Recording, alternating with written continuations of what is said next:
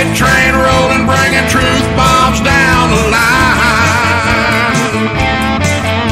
Promoting the Southland 1 week at a time.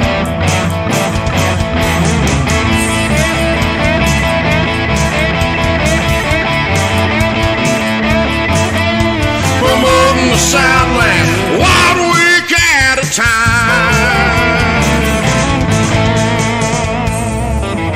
SCV chat starts now.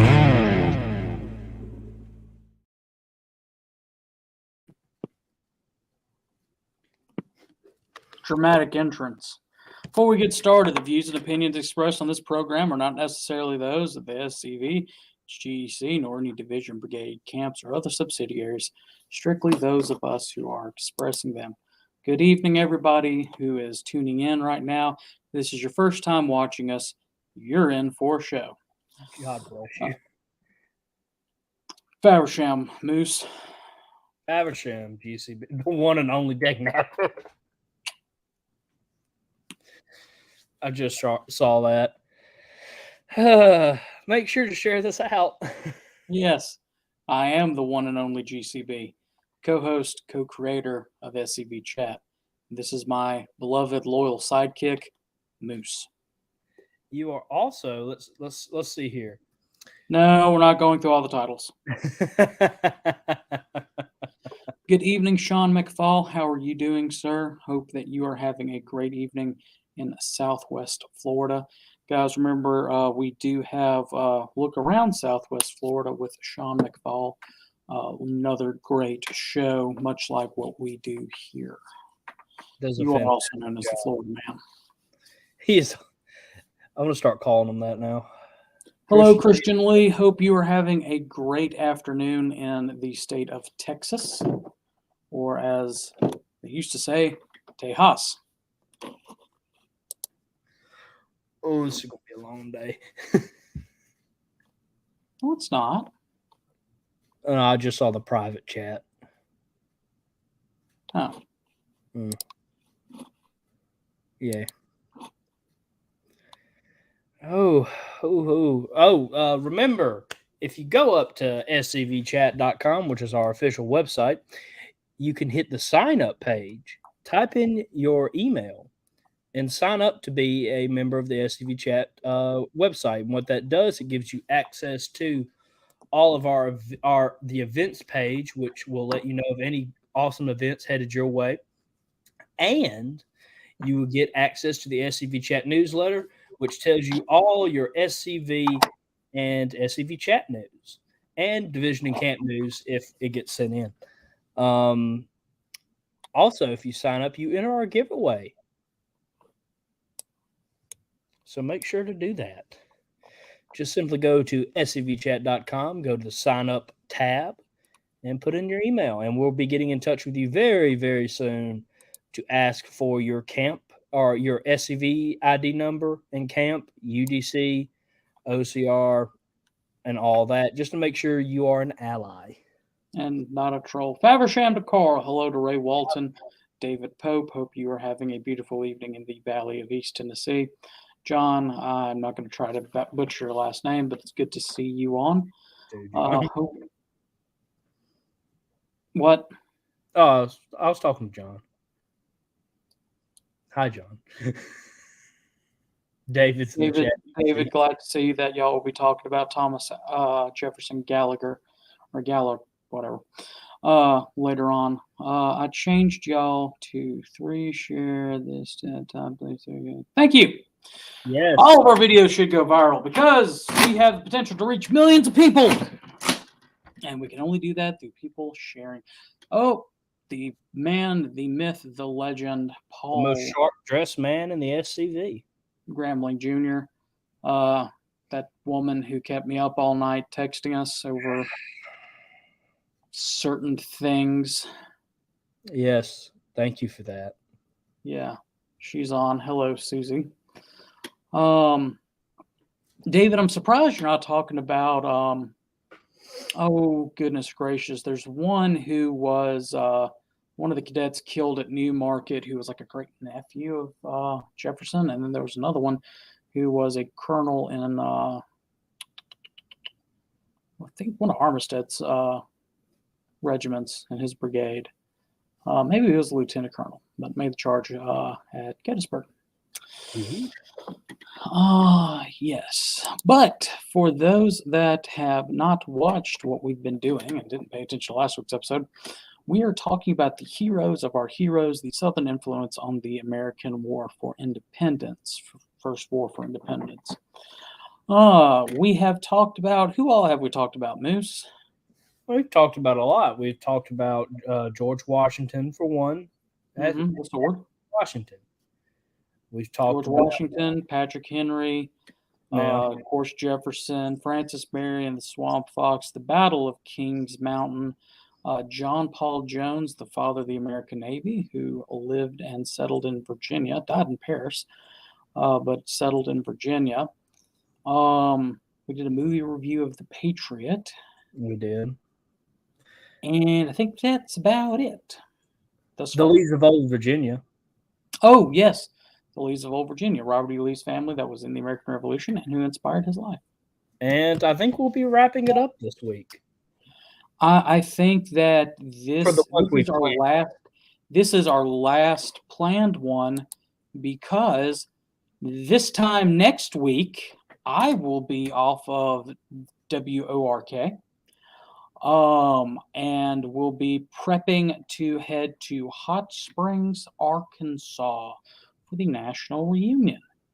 Moose and I will be at the national reunion coming up in Hot Springs next week.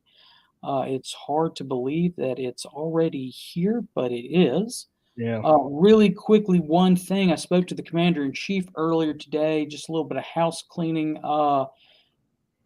He is very aware, and headquarters is aware, that there was a problem with the mailing of the veteran. They are trying to find out exactly what happened between the printer and the USPS, but he is working on that. Several compatriots have already said that they've started to get their veterans in as of yesterday, so you should be getting it in. We just had a holiday. I'm not sure if this is a June, July, or July, August. I'm assuming it's going to be a July, August. Say again, Moose? I think it is. I think we're on July, August. So if I had to bet, if I was a betting man, I would put $5 on saying that it was because of the holiday. Oh, yeah. And also remember, we are in dues season. Remember that national dues are $35. Division dues, depends on your division. For us here in the Mississippi Division, it's $10. And make sure you pay your camp dues as well. Yes. This man right here said that duty is the most sublime word in the English language. We all have a duty. Our first duty is paying our dues. Exactly. So dues. Try to get those in by July 31st. I think the grace period goes to August 31st. Correct him if he's wrong, Paul Grambling Jr. Paul, I'm an adjutant. I'm going by what I've been telling my camp, so I hope I'm not wrong. Well, if not, you're going to have to come up with some late fees. Yeah. So make sure you get them in by July 31st, though, so you avoid those late fees. And if you are unable to, please get it in by August. If you could do what I and Moose have done, get your life memberships. Exactly. Then you don't have to worry about whatever your camp charges. Yeah, you would only have to worry about your camp dues at that point. So get your national and division life membership. It's awesome. Which I don't think I've told you this, and you'll probably kick me, but I still pay my division and national dues. Well, then you're freed up to make a donation to whatever cause that you'd like. Exactly. It's very nice. Because I am a broke college student, and I do not have much money. There's my one per episode. Okay, I was about to say new game. You haven't mentioned that in a while. I haven't actually. I thought you'd finally gotten a job. No. I'm self-employed, and that's the problem, as I'm not paying myself. And then my boss will tell me that he's paid me by the lovely house above my head. and the clothes on my back, so I can't really argue with them. Yeah, well. I'm self-employed on a lot of jobs that don't pay me at this rate. I have Hey. like 3 jobs. Hey, that's part of. Hey, David Perkins from YouTube. Hope you're enjoying Hey, the chat. All right, Moose, you ready to talk about part 2 of the pen of the American Revolution, Thomas Jefferson? yeah, let's jump into it.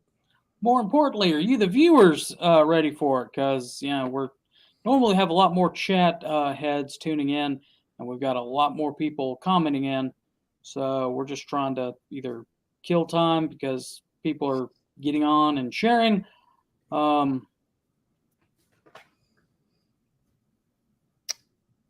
So, how's the weather? It's about to rain down here again. As long as it doesn't knock out my power again. That happened to me last Thursday for Commander's Comments. Right before we went live, my power got knocked out. It was a joyful day. I bet. Susie was out of power for 6 days. Oh, yeah, I forgot about that. Bless her heart. So, David, if you are confused about why his name is Moose, that is something that we're waiting to save for a later date. But his moniker is Moose. The fact that I don't know how to feel about the fact that there's more people that know me by Moose than Harrison. And then I don't know how to feel 100% about the fact that I will be walking somewhere or doing something for the SCV, and I will hear moose chants. Like, for example, a couple of years ago at No, we don't talk about that story. A moose chant started, man. Yeah, I know it did. And it was the first, and it will not be the last. The first ever moose chant. Please don't start a moose chant, people. Especially at an official event. Don't get me in trouble. That was a lovely day. Moose. No. Yeah, no. I started one. No one wants that. So when we last left off with Thomas Jefferson, it was July 4th, 1776. Yeah. They just passed the Declaration of Independence. So now we're going to talk about what Jefferson did after that. You want to start, or you want me to start? What day or what year are we starting on? 1776. Okay, so if you must know, Jefferson went home. Jefferson had been staying in Philadelphia at the time. I believe one of his children had succumbed. I think it was one of his daughters had died around the time, and his wife went into a deep depression. But he went back home. We're going to backtrack for just a quick second, 1 year to September of 1775, when Jefferson was named commander of the Albemarle County militia.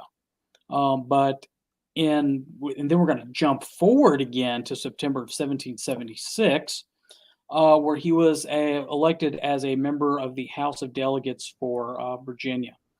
And the House was finalizing their state's constitution.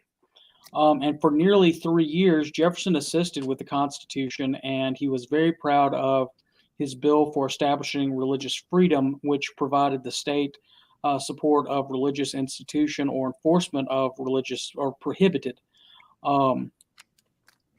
religious freedom. It prohibited the support of a religious institution or enforcement of religious doctrine.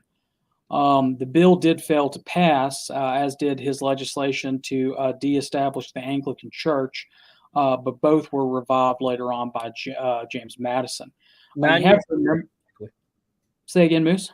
About 9 years later, actually. Yeah. You have to remember that at the time that, of course, being under England, the Church of England or the Anglican Church, Episcopal Church now, was the prescribed religion. In fact, if you were a Baptist or a Presbyterian or something, even a Jew, in those days, you could be fined and things like that nature. In 1778, Jefferson was given the task of revising the state's law. He drafted 126 bills in 3 years, which is immaculate, including laws to streamline the judicial system. He proposed statutes that provided for general education, which is something that we'll talk about more, and his influence on education, which he considered the basis of a true Republican government, small r Republican government. Jefferson was also concerned that Virginia's powerful land gentry were becoming more of a quasi-hereditary aristocracy, and he took the lead in abolishing what he called the feudal and unnatural distinctions. He targeted laws such as entail and primogeniture, which is, first natural-born son gets the property, which, and it's ironic that Jefferson comes from the gentry class, and he's doing this, or at least his mother came from the gentry class. But one of his main political opponents, who we'll talk about later, who wanted a elected monarchy and this sort of thing, came from the workers' class. He was an orphan. I'm talking about Hamilton, of course. So it's kind of ironic that one who would, the laws are created to, or at least that's what socialists say, the laws are created to maintain the status quo and things of that nature. Here Jefferson is trying to shake up the status quo when he was part of the status quo. Jefferson served as governor of Virginia for one term in 1779 and 1780. He transferred the state capital from Williamsburg to Richmond, which of course became the capital of the Confederacy, and introduced additional measures for public education, religious freedom, and inheritance laws. During this time, things were not they were not the best of times. They were not the worst of times for Jefferson. Getting into a fight with the legislature and other bodies. He considered this political low point, actually. Jefferson did not like his time as governor of Virginia. He enjoyed his state. He loved his state. A matter of fact, his time writing all these laws that Connor just talked about was one of his high achievements in life, he considered. But he did not like his term as governor. Yeah, so in 1781, America's most famous traitor, Benedict Arnold, invaded Virginia, trying to help with the whole Southern campaign, which, if we continue on with the heroes of our heroes, we're going to have to do a good in-depth study of. There goes my lights. Jefferson escaped Richmond just ahead of the British forces, which razed the city. And by raise the city, we mean set it on fire. Sound familiar? 7 years later. Anyway, he sent emergency dispatches to Colonel Sampson Matthews and other commanders in an attempt to repel Arnold's efforts. Jefferson, while on the run, visited friends in the surrounding counties of Richmond, including William Fleming, a college friend of his in Chesterfield County. General George Cornwallis, or Charles Cornwallis, rather, sent Bannister Tarleton, which, again, if you remember our talk about not only the Swamp Fox, but about the Battle of Kings Mountain, we talked about Tarleton quite a good bit, to capture Jefferson and other members of the Assembly. But he was at Monticello, and a man named Jack Jowett of the Virginia militia thwarted the British plans. Jefferson was able to escape to Poplar Forest, his plantation to the west. When the General Assembly reconvened in January of 1781, they actually put Jefferson, his actions into an inquiry. Yeah, which I'm a coward. concluded that, yeah, well, it eventually concluded that Jefferson had acted with honor, but he was not reelected. He did not want to be reelected. Yeah. He spent, I think, this was his first retirement from public life, and he spent it writing, I think, his first book, Notes on the State of Virginia.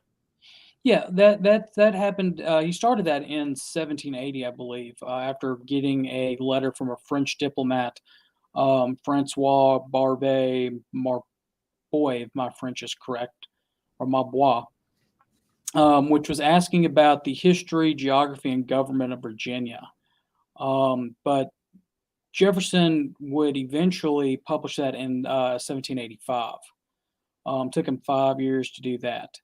But to backtrack, the same year that Jefferson was not reelected, Jefferson's daughter Lucy died. And a second daughter that was born the following year was named after Lucy, but she would die 3 years later. Digressing, though, to the notes on the state of Virginia. When he published the notes in 1785, it was in French because the Frenchman wrote him the letter. It was republished in English in 1787.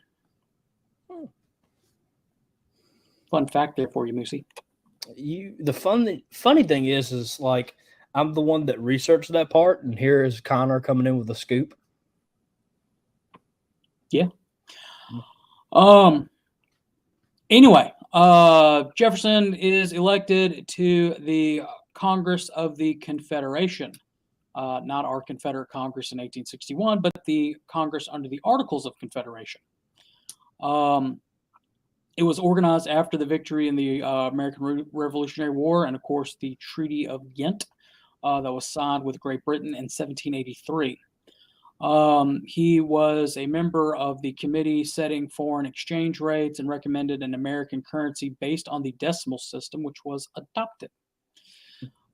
He advised the formation of the Committee of the States to fill the power vacuum when the Congress was in recess. The committee met when Congress was adjourned, but disagreements rendered it rather dysfunctional. In the 1783-1784 session, Jefferson acted as a chairman of committees to establish a viable system of governments for the new republic and proposed a policy for the settlement of Western territories.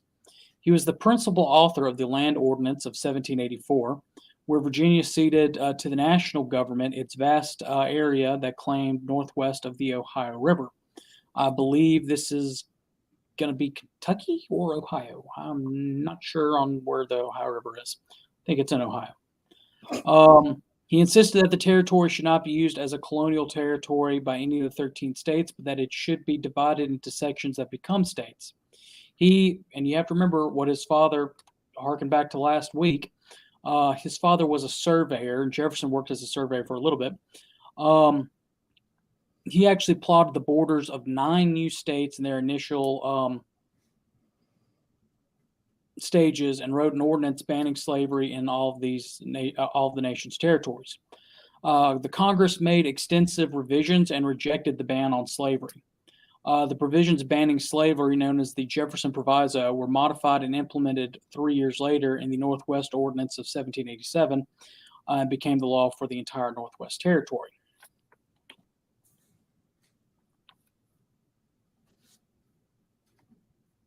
Oh, do you want me to go? Yeah, I was just going to see if you wanted to say anything. Oh, after his time in Congress on May 7th, 1784, he was appointed to be the new minister to France. I think he briefly joined Benjamin Franklin in that, and then he soon replaced him. I think he went over to France with his young daughter and 2 servants, and he departed July 17th. Well, you skipped something there, Moose. We skipped something there, Moose. I apologize to our viewers. Jefferson's wife died at this time in 1782. Yes. and of course that affected him greatly. And I believe actually during this time, I believe the Adams were still around the French Yeah. territory. Is when the John Adams and Thomas Jefferson friendship was taken to another level. Of course, during this time, Jefferson was, of course, deeply saddened by the passing of his wife, and often went on long walks with either Abigail Adams or John Adams. And again, they went to even see a hot air balloon lift off. I think it might have been the first in France. Yeah, and when Jefferson moves over to France, he brings his young daughter Patsy with them. Um, they left in July of 1784, and they arrived in Paris the next month. Got to remember sailing ships and everything like that. Patsy was educated at Piedmont Abbey. And again, Jefferson is serving as a minister. He was an ambassador for lack of a plenipotentiary, minister plenipotentiary. That's a hard word for me to say. But he negotiated the treaties of amity and commerce with Great Britain and other countries. But after a year in being there, he was assigned the additional duty of succeeding Franklin as minister to France. French Foreign Minister Count de, not going to try to say it. He goes up to him and he says, "You replace Monsieur Franklin, I hear." And Jefferson replied, "I succeed him. No man can replace him." During his 5 years in Paris, Jefferson played a leading role in shaping U.S. foreign policy. In 1786, he met a lady named Maria Causeway, who was an accomplished and married Italian musician, Italian-English musician. She was 27 at the time. Some say Jefferson fell in love with her. Who knows? But they did see each other quite frequently over a period of 6 weeks. However, she returned to Great Britain, but they maintained a lifelong correspondence.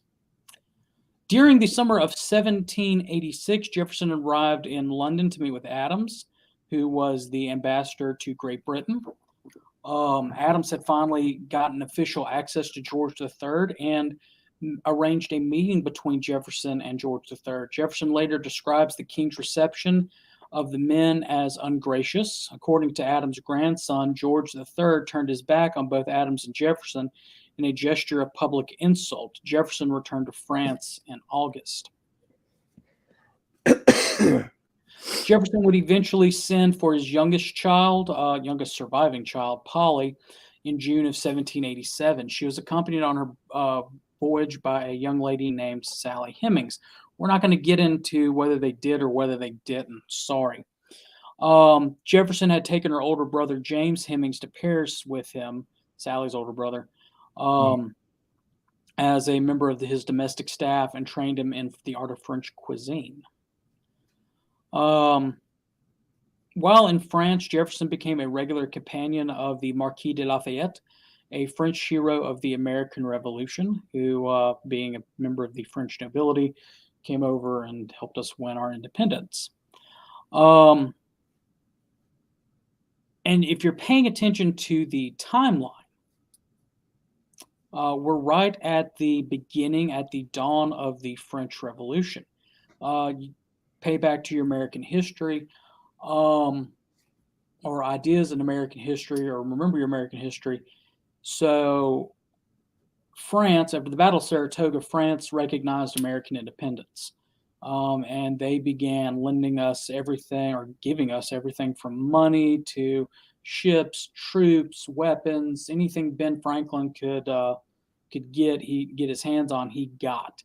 And it coupled with France's later physical involvement with the war, as well as their fiscal involvement with the war, and a couple of bad winters made the bad winters made the bread,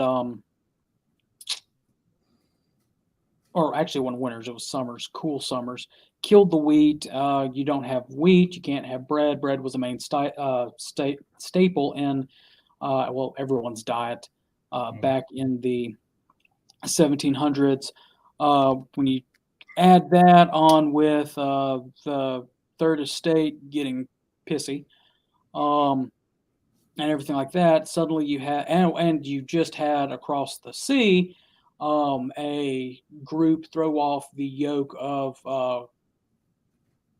monarchical oppression. You suddenly get the idea if they did it over there, we can do it over here. So the French Revolution begins. Vive la Revolution. Jefferson was there for when the Bastille was storming of the Bastille, and everything like that. Jefferson actually kind of helped with the French Revolution a little bit. He consulted with Lafayette on several things, as well as drafted the Declaration of the Rights of Man and of the Citizen. Jefferson often found his mail opened by postmasters, so he invented his own enciphering device, the wheel cipher. He wrote important communications in code for the rest of his career. Jefferson was unable to attend the 1787 Constitutional Convention, but he pretty much annihilates Jefferson and Sally Hemings' book. Okay, hey, good job, Carl. Go buy Brian's book. It's a very I've read actually a couple pages. I just got it this last weekend. Anyway, Jefferson supported the Constitution but desired the addition of the promised Bill of Rights. Jefferson left Paris for America in September of 1789, and he intended to return to his home soon, go and relax in the style of the Virginia gentry, that sort of thing. However, George Washington, the sword of the American Revolution, had different plans for him and appointed him the country's first Secretary of State, which forced him to remain in the nation's capital, which was, I believe, New York at the time. Yes. Jefferson remained a firm supporter of the French Revolution while opposing its more violent elements, like, the whole chopping off heads portion. Hopefully ahead. Right, yeah, Reign of Terror, that sort of thing. So, yeah. Yeah. You want to talk about him being Secretary of State? I can.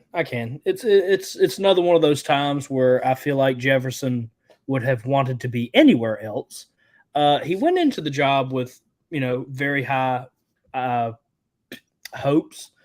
As soon as he returned to France, he accepted, of course, the invitation to be Secretary of State, where he wanted to focus on the pressing issues of the time, which were national debt and a permanent location for the capital of the nation.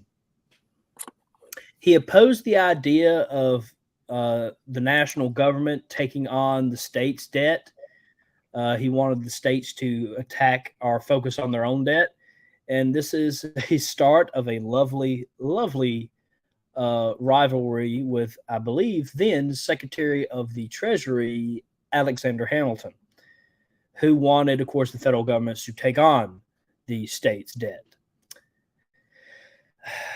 Let's see here. Another major, again, focusing on the capital, again, Hamilton and Jefferson butted heads. I think Hamilton favored a location northeast, I believe, of where they were at, like, so kind of up in New England. I wanted, like, in New York. I think he did wanted it to stay in New York. And then Washington and Jefferson wanted it to be more south. And so I believe they butted heads for a while, and they were in a kind of a deadlock. And I think the compromise of 1790 was struck. And that's when we got the compromise of where our capital is now. It is kind of in the middle of that time period of the colonies. And so that was kind of the compromise. It's in the South and the North. Let's see here. Another one of Jefferson's goals as Secretary of State was to stop America's dependence on British commerce and to expand commercial trade with France.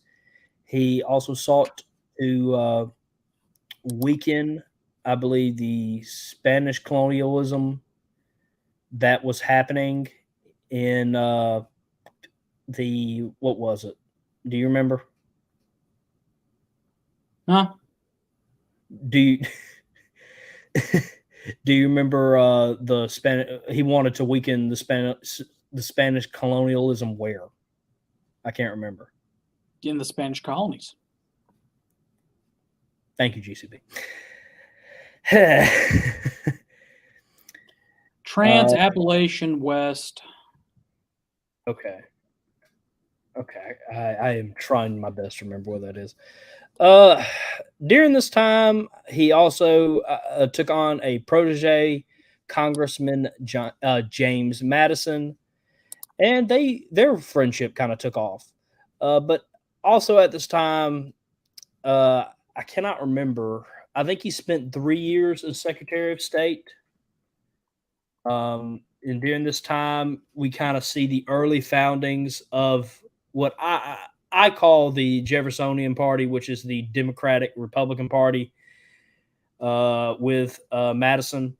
And they, of course, they favored state rights and local control, and opposing, of course, a strong national government. But around this time, Jefferson also started getting tired of the butting of heads he was in. It seems like everything he did, Hamilton was there to just really ruin his day. And so around, what was it? 1794, I believe he stepped down as Secretary of State. Yeah. Well, it was after the Washington administration negotiated the Jay Treaty with Great Britain. And that's when Jefferson saw a cause around which to rally his party and organize a national opposition from his home in Monticello. The treaty was designed by Hamilton, which is kind of overstepping, aimed to reduce tensions and increase trade. Jefferson warned that it would increase trade would increase British influence and subvert the republicanism, calling it the boldest act that Hamilton and Jay ever ventured to do to undermine the government. The treaty passed, but it expired in 1805 during Jefferson's presidential administration. Spoiler alert. And he didn't. It wasn't renewed. Jefferson had a real pro-France. That's one thing we haven't mentioned. Pro-France belief. And he didn't he want America to support? I might be thinking of someone else. Didn't he want America to support the French Revolution at some point? Well, yeah, he did. He did want to support the French Revolution, but also when Republican France began fighting against England, he vocally wanted to, have a side with France.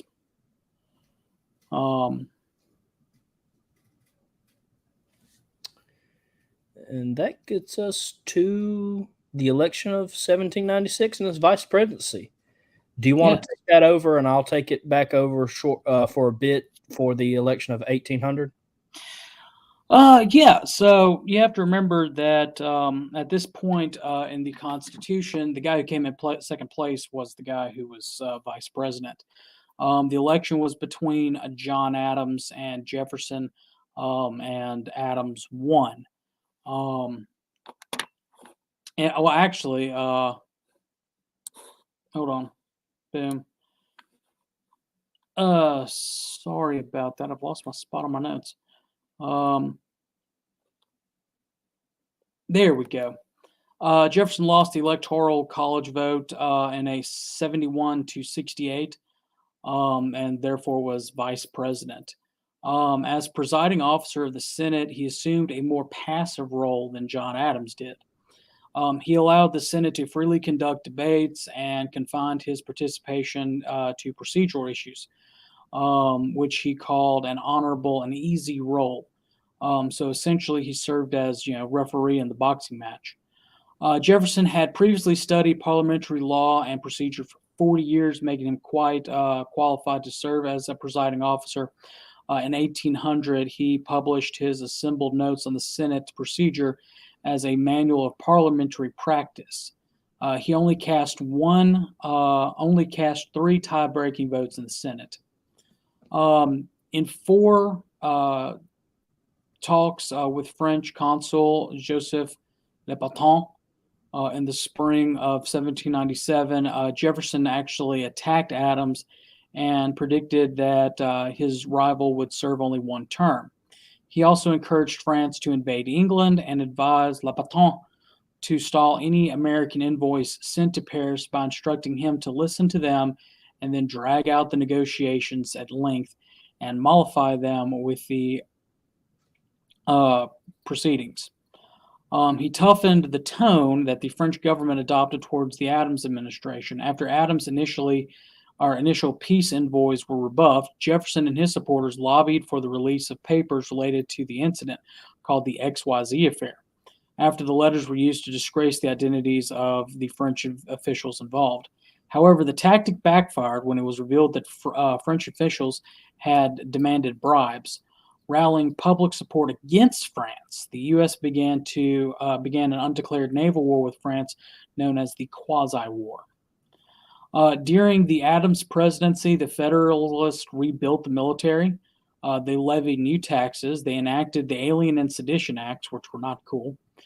Jefferson believed that these laws were intended to suppress Democratic Republicans rather than prosecute enemy aliens, and considered them unconstitutional. To rally opposition, he and Madison anonymously wrote the Kentucky and Virginia resolutions, declaring that the federal government had no right to exercise powers not specifically delegated to it by the states. Sound familiar?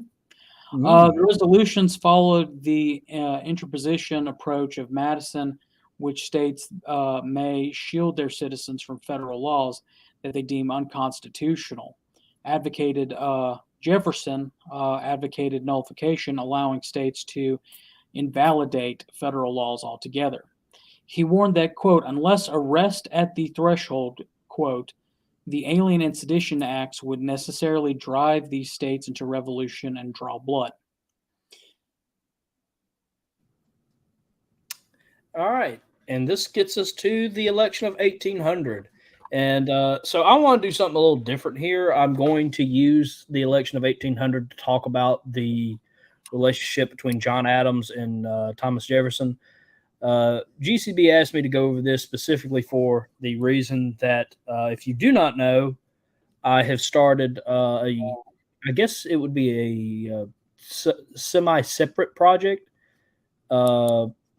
where I go over biographies of, oh, wow, he's just big screened me. Oh, dear. Of historical figures. And one I'm currently working on is John Adams. And so I had all these notes together anyway. So I wanted to talk about Thomas Jefferson and John Adams' little rivalry they had. And again, their friendship, ironically, goes all the way back to when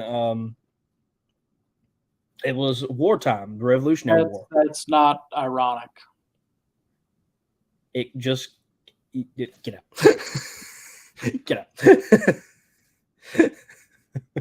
out. John Adams, I think, had read a bit of Thomas Jefferson's work and really admired his writing ability to the point where when John Adams was asked to write the Declaration of Independence, he wanted Thomas Jefferson to do it.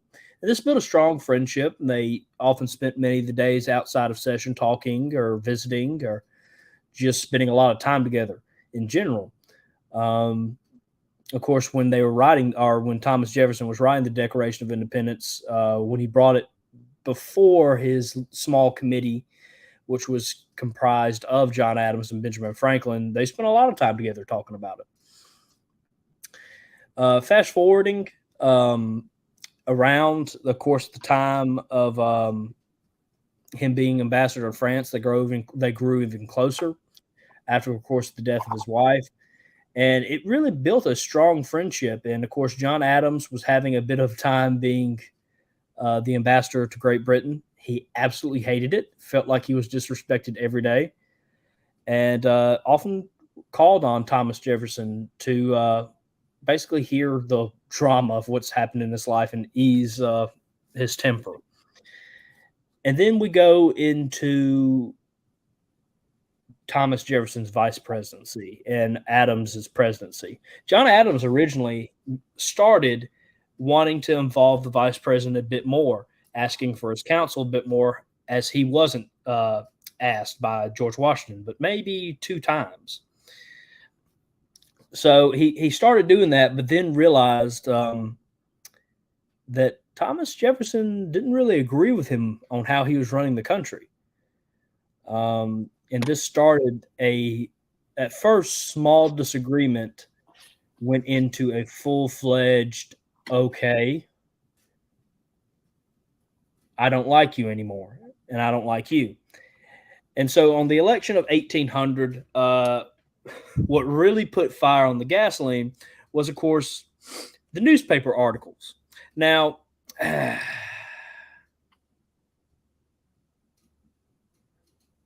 yeah, correct, Yeah. Carl. Yeah, Did I say you want to pick up their moose? Did I accidentally say that? Do you want me to pick up their moose? I got a bit more information, and you can take it away from there. Okay. And of course, at that time, the newspapers they started fighting each other in the newspapers. I don't know how much I can say while we're live about what was said between the two. A specific one, I think GCB knows I'm talking about. Harsh words were said. At one point, John Adams basically just lied and said, "Well, vote for me because Jefferson is dead." Thomas Jefferson responded with, "Well, Adam wants to start a war with the French." And it just went downhill from there, and to the point where Thomas Jefferson, I believe, hired someone to start writing reports about how good of a job John Adams did as president. If you cannot Bye, hear Paul. sarcasm. Hi, Paul. Oh, bye, Paul. I will see you next week. And at that point, I will tap out and let you take over from there. Yeah, so both sides were the Federalist and the Anti-Federalist, or the Democrat or Republican, or whatever we want to call them at this time, pretty much the Hamiltonian faction, Hamiltonian Adams faction, and then the Jeffersonian faction. They both hired people to write against each other. The main characteristics of the Jeffersonian Democratic Republican arguments were that the Federalists were secret, pro-Britain monarchist, things of that nature, wanting to at least have an elected monarchical state that we had overthrown. Whereas Jefferson tried to appeal to the more individual. Meanwhile, the Federalists charged that Jefferson was a godless libertine that was beholden to France. He was a Francophile. Some historians actually opined that this was one of the most worst history or elections in American history. Adams didn't have a snowball's chance in hell in winning the election. He was unpopular. He's already obnoxious and disliked. That's why Jefferson wrote the Declaration, but he was weakened by the taxes that were passed under his administration, the vicious Federalist infighting, and the actions taken during the quasi-war with France. So he had absolutely no chance. On the other side of the aisle, there was also Jefferson and Aaron Burr, who were pretty much the lead runners, and in fact, Burr and Jefferson tied. Now this is the definition of irony here, Moose. In an ironic turn of fate, it was actually Hamilton who viewed Jefferson as the lesser of two evils between him and Burr, and he went and lobbied Federalist in Congress because the vote had to be taken or had to be done by Congress because it was a tie in the Electoral College. He lobbied the Federalists to vote for Jefferson, And after 36 ballots, the House elected Jefferson as president and Aaron Burr as vice president. Jefferson became the second incumbent vice president to be elected president. So, of course, the first one being Adams, and then obviously Jefferson. The win was marked by Democratic Republican celebrations throughout the country. Some of Jefferson's opponents argued that he owed the victory over Adams to the South's inflated number of electors due to the 3/5 compromise. Others alleged that Jefferson secured James Bernard's tie-breaking vote by guaranteeing him the retention of various Federalist posts in the government. Jefferson, of course, disputed the allegations, and the historical record is still inconclusive.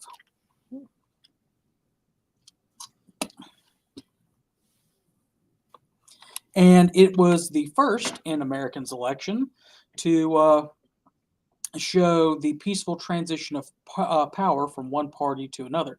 Even though Washington didn't have a party and warned us against it, he was a nationalist and sided with the Federalists a lot more than he did Jefferson's ideology. And that moves us into his first term as presidency. Jefferson was sworn in on March 4th, 1801. In the new Capitol in Washington, D.C. Adams did not attend his inauguration. And in contrast to his past two predecessors, Jefferson exhibited a dislike of formal etiquette. He dressed plainly, and he chose to walk alongside friends to the Capitol from his boarding house that day instead of arriving by carriage. Jefferson didn't even wear buckles on his shoes because he felt that was too English and too much like the monarchy. Jefferson, who was not a strong speaker, gave a pretty good inaugural speech, though, that was later published.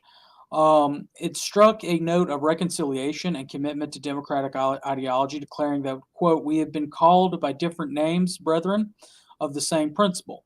We are all Republicans. We are all Federalists." Ideologically, he stressed the equal and exact justice to all men, minority rights, freedom of speech, religion, and the press. He said that a free and democratic government was the strongest form of government on earth.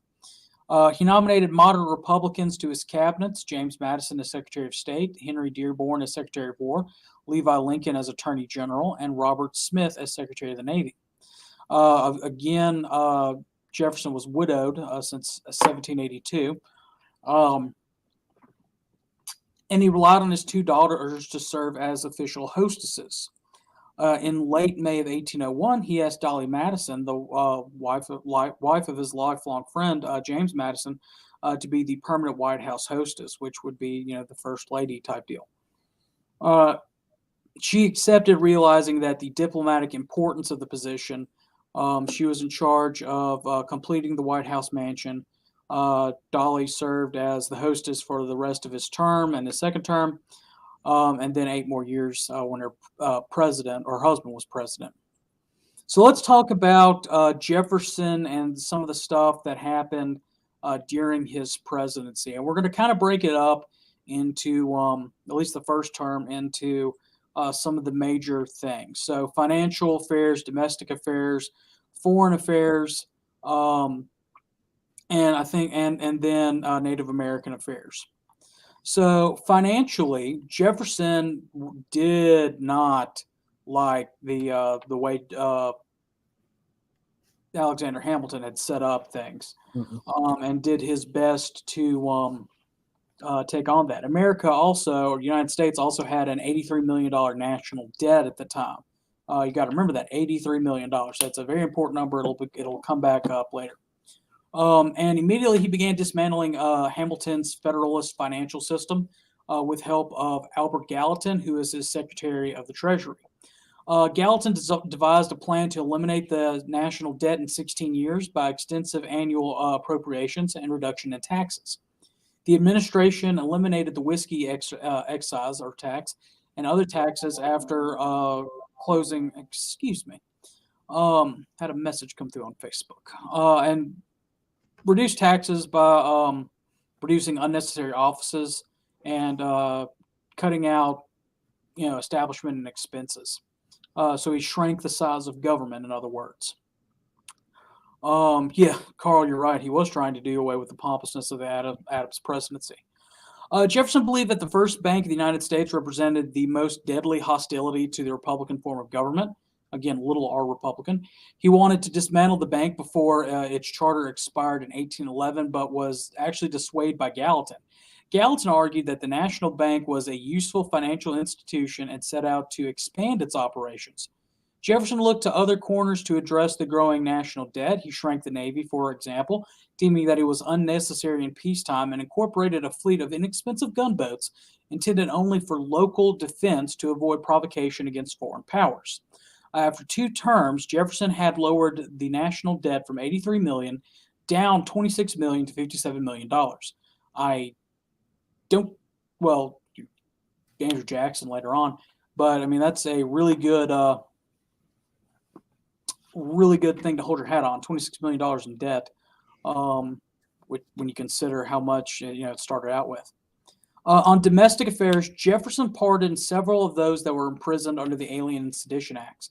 Again, Jefferson viewed the Alien and Sedition Acts as a way for the Adams administration and the Republicans to go after, and the Federalists, to go after Republicans instead of actually going after those who would do harm to the Republic.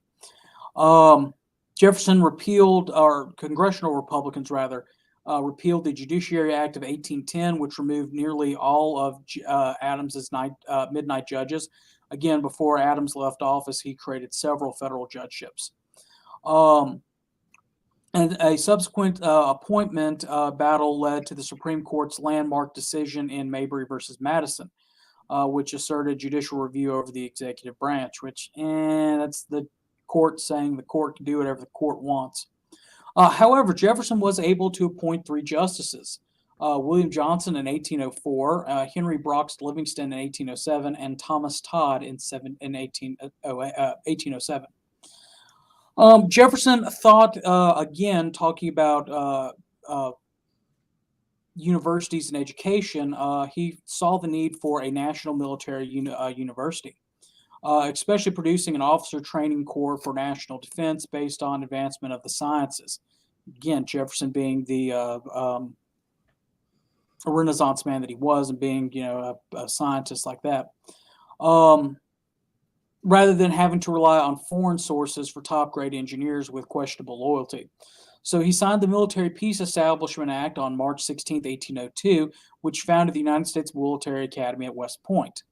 The act documented in 29 sections of the new set of laws and limits for the military. Jefferson was also hoping to bring reform to the executive branch, replacing Federalist and active opponents throughout the officer corps to promote Republican values. Jefferson took great interest in the Library of Congress, which had been established in 1800. He offered recommended books to acquire. In 1802, Congress authorized President Jefferson to name the first librarian of Congress and formed a committee to establish library rules and regulations. Congress also granted the president and vice presidents the right to use the library. Of course, when Jefferson passes away, some of his books go to the library. As far as foreign affairs go, the very first thing we're going to talk about is the First Barbary War. American merchant ships had been protected from the Barbary coasts by pirates by the Royal Navy when the states were British colonies. However, after independence, the British government said, hey, go ahead and get them. And pirates often captured merchant ships and pillaged cargoes, enslaved or held crews for ransom. Jefferson had opposed paying tributes to the Barbary states in 1785. In 1801, he authorized a U.S. naval fleet under Commodore Richard Dale to make a show of force in the Mediterranean, and the first American naval squadron to cross the Atlantic. Following the fleet's first engagement, they successfully asked Congress for a declaration of war. The subsequent First Barbary War was the first foreign war fought by the United States. The Pasha of Tripoli captured a ship called the USS Philadelphia, so Jefferson authorized William Eaton, the U.S. consul to Tunis, to lead a force to restore the Pasha's older brother to the throne. The American Navy thus forced Tunis and Algiers into breaking their alliance with Tripoli. Jefferson ordered 5 separate naval bombardments of Tripoli, leading to the Pasha to sign the treaty that restored peace in the Mediterranean. The victory proved only temporary, but according to some historians, many Americans celebrated a vindication of the policy of spreading free trade around the world as a great victory for liberty over tyranny. And Carl, what are the first portions of the Marine Corps hymn? Don't worry, we'll wait. Halls Montezuma, shores of Tripoli. Yeah. Also, we can't go by without talking about the Louisiana Purchase. Spain had ceded ownership of Louisiana Territory in 1800 to the more predominant France. Jefferson was greatly concerned that Napoleon's broad interest in the vast territory would threaten the security of the Mississippi River shipping. And he wrote that cessions would only work solely on U.S. On the U.S., it completely reverses all political relations to the U.S. In 1802, he instructed James Monroe, and Robert Livingston to negotiate with Napoleon to purchase New Orleans and adjacent coastal areas from France. In early 1803, Jefferson offered Napoleon to pay nearly $10 million for 40,000 acres of tropical territory. Napoleon realized that the French military control was impractical over such a vast remote territory, and he was in dire need of money because the war was on the home front. So in 1803,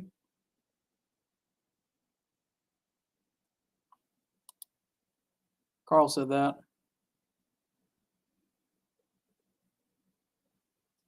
There we go. Harry Truman. Any minute now, Moose is going to come back. Anyway, like I said, Napoleon was strapped for cash, so sold him a lot of land for $15 million, doubling the size of the United States. And unknowingly he acquired the most fertile tracts of land of its size on this side of the earth, pretty much making a new country self-sufficient in food and other resources. The sale also significantly curtailed Europe's presence in North America, removing obstacles for the U.S. western expansion. Most thought that it was an exceptional opportunity, despite Republican reservations about constitutional authority of the federal government to acquire land. Jefferson initially thought that a constitutional amendment was necessary to purchase and govern the new territory, but he later changed his mind on this, fearing that it would give cause to oppose the purchase, and he therefore urged a speedy debate and ratification. On October 20, 1803, the Senate ratified the purchase of the treaty by a 24-7 vote.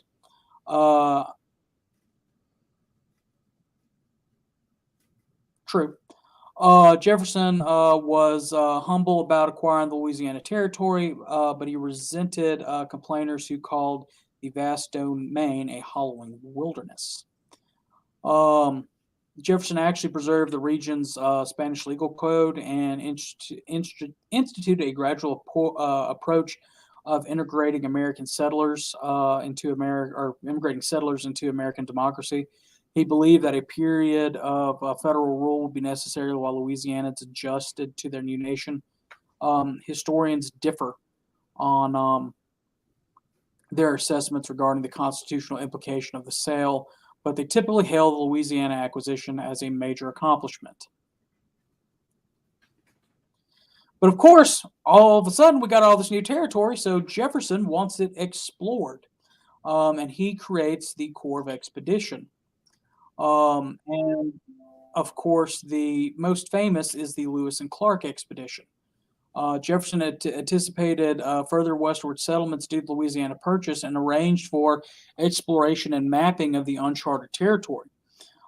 He sought to establish a U.S. claim ahead of competing European interests to find the rumored Northwest Passage. Jefferson and others were influenced by exploration accounts of Ponce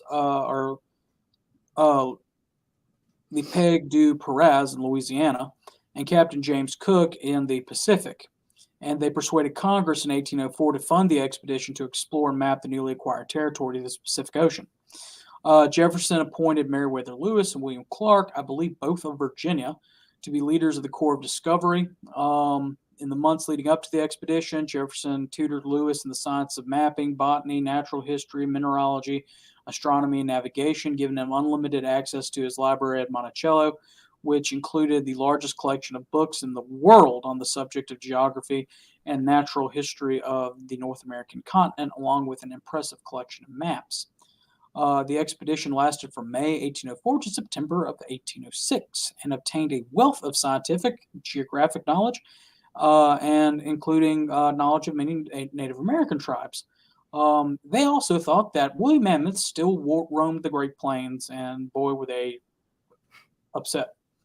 Jefferson also sent out other corps, or in addition to the first corps discovery, he also other small western expansions like the William Dunbar and George Hunter expedition, the Thomas Freeman and Peter Custis expedition on the Red River, and the Zebulon Pike expedition into the Rocky Mountains Southwest. All three also produced valuable information on the American frontier. Jefferson also had dealings with the Native Americans ever since his young childhood, growing up in Virginia. And of course, his ideas in the Enlightenment. Jefferson believed that Native Americans were equal with all men, and he refuted the contemporary notion that natives were inferior, and maintained that they were equal in body and mind of European descent folks.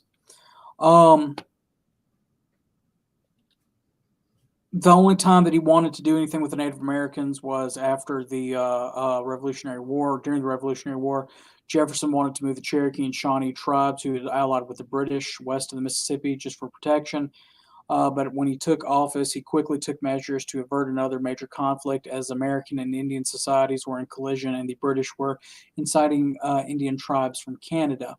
In Georgia, he stipulated that the state would release its legal claims on lands to its west in exchange for military support and expelling the Cherokee from Georgia. This facilitated the policy of western expansion to advance policy of western expansion. In keeping with his Enlightenment thinking, Jefferson adopted an assimilation policy towards American Indians, known as his civilization program, which included securing peaceful U.S. Indian treaties and encouraging agriculture. Jefferson advocated that Indian tribes should make federal purchases by credit, holding their lands as collateral for repayment. Various tribes accepted these policies, including the Shawnees, led by Black Hawk, the Muskogee, and the Cherokees. However, some Shawnees, led by Tecumseh, broke off from Black Hoof and opposed Jefferson's assimilation policies. Some historians have argued that Jefferson believed that the assimilation was best for the American Indians. Second best was the removal to the west. That, again, they argue that. They argue that he felt the worst outcome of the cultural and resources conflict between American citizens and American Indians would be the Indians attacking European settlers. Jefferson told U.S. Secretary of War Henry Dearborn, who oversaw the Indian affairs under the War Department, "If we are constrained to lift the hatchet against any tribe, we will never lay it down until that tribe is exterminated or driven beyond the Mississippi." Historians agree that Jefferson believed that Indians should assimilate into American customs and agriculture because he was an agrarian. And others argue that Jefferson's actual Indian policies did little to promote assimilation, but were a pretext to seize lands. Now we're in his re-election of 1804. Want to talk about that? I can. Okay. Well, let me get to it. Almost there. Jefferson's very successful first term resulted in him being being nominated for re-election by the Republican Party, and I think George Clinton replaced Burr as his running mate. Yeah, but by this point we changed the Constitution to where they were vice president was elected as its own office, not just second place. And the Federalists ran Charles Pinckney of South Carolina. Oh, really? And I think he was John Adams' choice for vice president in 1800. Well, they but the Jefferson Clinton ticket won overwhelmingly. Not the William Jefferson Clinton.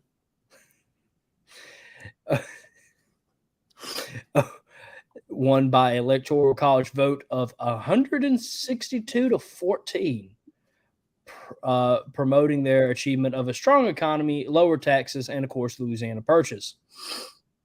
In March of 1806, a split developed in the Republican Party led by fellow Virginian and former Republican ally John, is it Randolph? Yeah, it's Randolph. Yeah. Who accused Jefferson on the floor of the House of moving too far in the Federalist direction. In doing so, Randolph permanently set himself apart politically from Jefferson. And Jefferson and Madison had backed resolutions to limit or ban British imports. Again, going back all the way to his Secretary of State days. But this was, of course, in retaliation of Britain seizing American ships and also, of course, forcing American citizens to fight in their war. Also in 1808, Jefferson was the first president to propose a broad federal plan to build roads, canals across several states, asking for $20 million, further making Randolph pretty mad. Yeah. Anyway, Jefferson was pretty popular. He won in a 162 to 14 vote. And he was backed by his achievements of a strong economy, lower taxes, and of course the popularity of Louisiana Purchase. Jefferson's second term of office really was, for lack of a better term, it was overshadowed by the embargo. The fact that Jefferson wanted to hurt the British economically and promote trade with other nations such as France. But there was also his attempt to annex West Florida.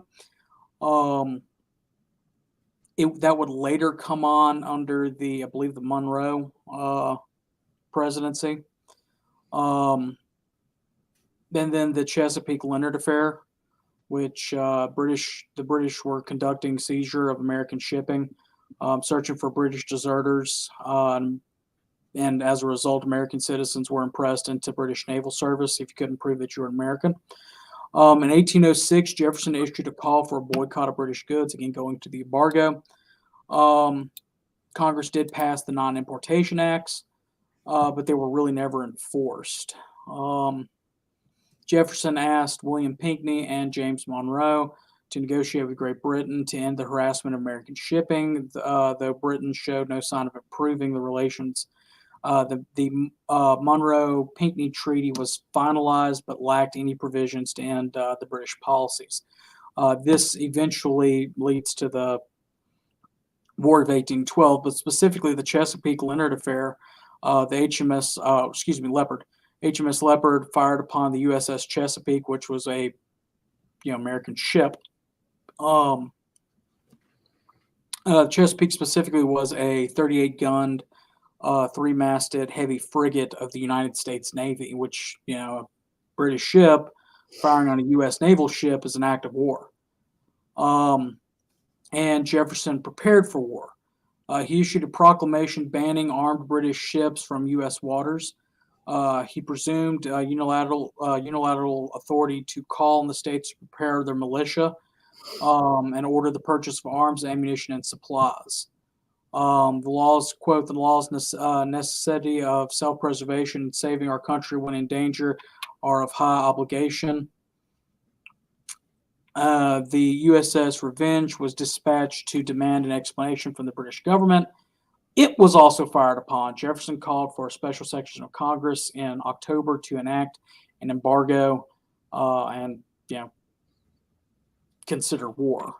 In December, again, Napoleon had extended the Berlin Decree. Look back to your history of the Napoleonic Wars for that. But it was essentially the creation of the Continental System, banning British imports.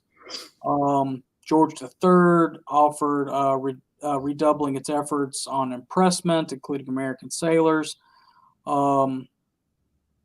back and forth, back and forth. Things finally happened with the Embargo Act of 1807,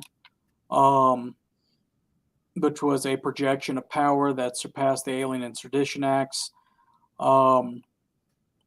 Contemporaries and historians say that Jefferson was using policies resembling those that he had cited in 1776 for grounds of independence and revolution, but I don't buy into that. Because Jefferson had met for several days with his cabinet to discuss the deteriorating foreign situation. The Secretary of State supported the embargo with equal vigor to Jefferson. The Secretary of Treasury opposed it due to its indefinite time frame and the risk that it opposed to the policy of American neutrality. The U.S. economy suffered, criticisms grew, and opponents began evading the embargo. Instead of retreating, Jefferson sent federal agents to secretly track down smugglers and violators. 3 acts were passed in Congress during 1807 and 1808 called the Supplementary, the Additional, and the Enforcement Acts. The government could not prevent American vessels from trading with the European belligerents once they had left American ports, although the embargo triggered a devastating decline in exports. Many historians believe that Jefferson's embargo to have been ineffective and harmful to American interests. But in December of 1807, Jefferson announced his intentions not to seek a third term following the Washington tradition. He turned his attentions increasingly to Monticello during the last year of his presidency, giving Madison and Gallatin almost complete control of the government. Shortly before leaving office in March 1809, Jefferson signed a repeal of the Embargo Act. In its place, the Non-Intercourse Act was passed, but it proved no more effective. The day before Madison was inaugurated as his successor, Jefferson said that he felt like a prisoner released from his chains. Been there, done that, buddy. So we get into his post-presidency life. Go ahead. Yeah. During his post-presidency life, he got to do something that, again, was probably in his top 3 accomplishments. Well, in his opinion, top 3 accomplishments. It's what he called the hobby of his old age, which, of course, was the University of Virginia. He had envisioned this for a long time, I believe dating all the way back to 1800. He started talking about a school that had many areas of studies and really set their students free to focus on their education. And of course, Jefferson was a big proponent or a big advocate, let me rephrase that, for education. And I think in 1819, the 76-year-old Thomas Jefferson founded and finally accomplished his dream, the University of Virginia. He organized the state legislative campaign for its charter. And he, I believe, helped get the purchase of land. He was also the principal designer of the buildings, planned the university's curriculum, and served as the first rector upon its opening in 1825. During this time, Thomas Jefferson also sold his impressive library of over 6,500 books to the Library of Congress after it was burnt down during the War of 1812. He also did this because of the financial strain being present at the time put on the individual.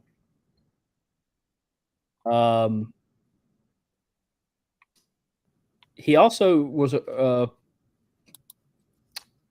during this time finally put aside his differences with John Adams about 10 years after his presidency, and they would talk and exchange over 144 letters over the next 14 years. 158 letters, let me rephrase myself. And they did that all the way up to their death, and they became good friends, but they never saw each other again after they became friends. The last time they saw each other was during the going out of John Adams as president. In 1821, at the age of 77, he began writing his autobiography entitled The Autobiography of Thomas Jefferson, 1743 to 1790. And I believe that's a pretty good book. I haven't actually got to read it yet. But now we're kind of going into his final days. Do you want to take over from there? Yeah, so Jefferson writes his autobiography, supports the Greek War of Independence, being a lover of Greek culture, and he's actually described as the most influential founding father who supported Greek independence, viewing it similar to the American Revolution. He exchanged ideas with Adamus. Not going to try to say the last name, but he actually, in correspondence, advised a political system of Greece by using classical liberalism and examples from the American government style, ultimately prescribing a government akin to that of the U.S. state. He also suggested application of, again, classical education system for the newly founded First Hellenic Republic, where public education would be made available to pupils who would be taught history, Latin, and Greek. Jefferson's philosophical instructions were welcomed by the Greek people. Krakoius, sorry for trying to pronounce it, became one of the designers of the Greek Constitution and urged his associates to study Jefferson's work and other literature from the American Revolution. In 1824, the Marquis de Lafayette accepted a president from James Monroe to visit the country. Jefferson and Lafayette had not seen each other since 1789 and the birth of the American Revolution, or French Revolution in France. After a visit to New York, New England, and Washington, D.C., Lafayette arrived at Monticello on November 4th. Jefferson's grandson Randolph was there, and he said the story that Jefferson, when seeing Lafayette, began to first at a very unsteady gait shuffle towards him, but he eventually broke out into a somewhat run. And Lafayette said, "Ah, Jefferson," and Jefferson said, "Ah, Lafayette," and they burst into tears and they hugged each other. And then they went to the house and reminisced. And the next morning, Jefferson and Lafayette and Madison attended a tour and a banquet of the University of Virginia. Jefferson had someone else read his speech he prepared because he was weak and his voice could not carry. This was his last public presentation, or his last speech. After 11 days, Lafayette bid Jefferson a goodbye and departed Monticello. Jefferson, he had about $100,000 of debt weighed heavily on his mind for months leading up to his death, as it became increasingly clear that he would have little to leave to his heirs. In February of 1826, he successfully applied to the General Assembly to hold a public lottery as a fundraiser. His health began to deteriorate, and in July of 1825, due to a combination of rheumatism of the arms and wrist injuries, well as intestinal and urinary disorders. By June of 1826, he was confined to a bed. On July 3rd, overcome by fever, Jefferson declined an invitation to attend an anniversary celebration of the Declaration of Independence in the national capital of Washington. During the last hours of his life, he was accompanied by family members and friends. Jefferson died on, weirdly enough, July 4th, 1826, at 12:50 p.m. at the ripe old age of 83 on the 50th anniversary of the adoption of his Declaration of Independence, which in moments prior to his death, Jefferson instructed his treating physician, "No doctor, nothing more," refusing laudanum. But his final significance were, "Is it the fourth?" or "This is the fourth." When John Adams died later the same day, his last words included an acknowledgement of his longtime friend and part-time rival, Thomas Jefferson survives, though Adams was unaware that Jefferson had died several hours before. The sitting president was John Adams' son, John Quincy, and he called a coincidence of their deaths of their nation's anniversary the visible and palatable remarks of divine favor. Shortly after Jefferson died, attendants found a gold locket of chain around his neck. He'd arrested for more than 40 years, containing a small, faded blue ribbon that tied the lock of his wife Martha's brown hair. Jefferson was interred at Monticello under the epitaph that he wrote. Here was buried Thomas Jefferson, author of the Declaration of Independence, of the Statute of Virginia for Religious Freedom, and father of the University of Virginia, his three proudest accomplishments. Notice that he left out the presidency and governor of Virginia. In his advanced years, Jefferson became increasingly concerned that the people would understand the principles in the Declaration of Independence and that the people responsible for writing it, and continuously defended himself as its author. He considered the document one of the greatest of his life's achievements, in addition to the Statute of Virginia for Religious Freedoms and founding the University of Virginia. Plainly absent again was his political roles, including President of the United States. Jefferson did die deeply in debt and was unable to pass on his estate freely to his heirs. He gave instruction in his will for the disposal of his assets, including the freeing of Sally Hemings' children. But the estate possessions and slaves were sold off at public auction starting in 1827. In 1831, Monticello was sold by Martha Jefferson Randolph and other heirs. He did. Some of the interesting things that we didn't mention is the Jefferson Bible, which is really, he went through the New Testament and only picked out the words of Jesus and put those in chronological order. Jefferson was in his youth, he was baptized and became a governing member of the local Episcopal Church in Charlottesville, which he attended with his daughters. However, Jefferson spurned the biblical view of Christianity. He was influenced by deist authors during his college years. Jefferson abandoned Orthodox Christianities after his review of the New Testament. Jefferson has sometimes been portrayed as a follower of liberal religious strand of deism that values reason over revolution. Nonetheless, Jefferson asserted that I am a Christian in the only sense in which Jesus wished anyone to be.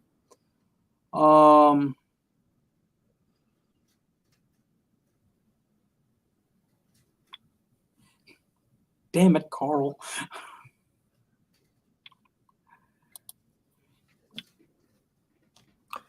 That's not a way to end this. I don't know what is. Yeah, there we go. All right, guys. Well, we hope you've enjoyed part 2 of Thomas Jefferson for you 12 that are still on and viewing. We wanted to get this finished up, get this portion of the season over with. We've had fun with it. However, we're going to try something new after National Reunion. Again, National Reunion is next week. What do you got going on Thursday, Moose? That is a good question. Great. Okay, then. All right, so I'll see y'all Thursday. Make sure to send in your news, short videos and write-ups to scvyouth@gmail.com, and you'll be featured on the upcoming episode of Look Around the Confederation. It is the same Confederate channel and same Confederate time Thursday, so I'll see you there. No Fumar in the elevator. Well, okay. Remember, hey, next week, y'all sign up for the website if you haven't signed up, and continue to check our Facebook page. We're going to be, doing lives from National Reunion. That'll be a little bit more back to our normal goofy selves. Yeah. We like to have fun at National Reunions. Maybe Thomas Franklin will show up. Maybe we'll have a new sponsor. Oh, hey. Who's our sponsor? For what? Really? You're not looking. This entire season has been sponsored by the Kennedy twins' new book, Jefferson Davis and the High Road to Emancipation. Jefferson Davis and the High Road to Emancipation can be bought at most. Okay, there we go. Look at you. And constitutional government. So definitely pick it up. You can go to kennedytwins.com or scv.org or visit bovar.org. Get links to buy the books. While Amazon is easy, try to support our institutions. But yeah, National Reunion is next week. For sure, we will start going live Wednesday at 8 o'clock local time. We cannot and we will not schedule those episodes because if we somehow miss our deadline of going live, StreamYard doesn't like that and gets angry. It gets very angry. So we don't want to upset the internet. All of that being said, though, we're going to try to cover as much. Guys, look at your last veteran. If you get your new veteran, check out those constitutional amendments. We will be voting on them at some point during this next week. Constitutional amendments is for the government, or the document that governs our organization. There are changes that could be a coming or could not be a coming. The choice is yours. Remember, tune into all of our other shows, the Douglas Southall Freeman chat on Friday afternoons, Friday evenings, Michael C. Hardy on Sundays. Look around South Florida, whatever Vinny and them are doing with Monuments Across Dixie. We're on YouTube, Rumble, website, Facebook, TikTok. We haven't made a TikTok in a while. We haven't actually. We're going to be making TikToks a national. Support the museum. Have fun. Faversham. Words of Harold Philpott. No Fumar in the elevator. Rudder Frop.